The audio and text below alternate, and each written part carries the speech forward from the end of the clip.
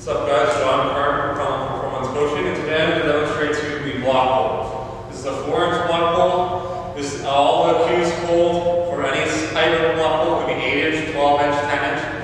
I prefer the block holds to the rack hold for a couple of reasons.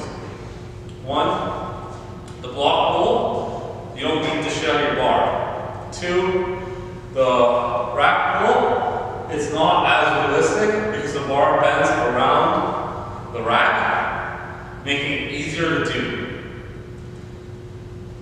And those are the two main reasons. So I'm going to go into how to do a block hold. Now, reasons why we do block holds. Now, I use this as a progression scheme towards a flat deadlift on the ground if you're learning how to deadlift. Why do I use block holds for powerlifters? That's a different reason. Now, the block hold, for people that have lockout issues or even people pulling conventional, this is the case. It's going to be significantly harder to do a block pull, especially if you're really fast on the floor, than it is to do a pull off the floor, because that first couple inches, you're driving off the ground with your knees a little bit. After that, it takes it away, so it takes away that momentum of that. So this is a way to do that. For sumo deadlifting, it's a good way to work yourself into the sumo. I don't necessarily think it takes away that much because pulling off the ground is the hardest part of sumo.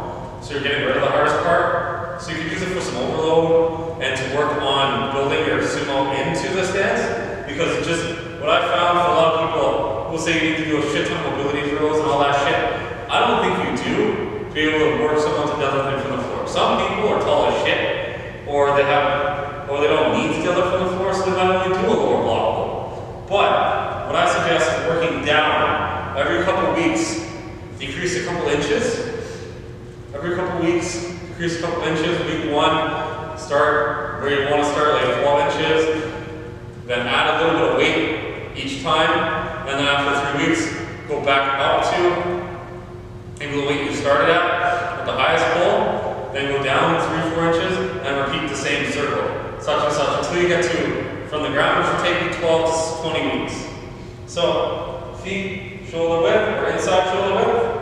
Back off the bar a little bit, so you get some knee bending. And then the next thing you're going to do is you're going to slightly bend your knees, hinge down to the bar, chest up, back straight, tense, leaning back into the bar a bit, pull. If it's heavy enough, it won't come off the ground. Hinge for the hip, bend your knees, and touch. Should be very little lean bend. A lot of lean back, nice strong torso.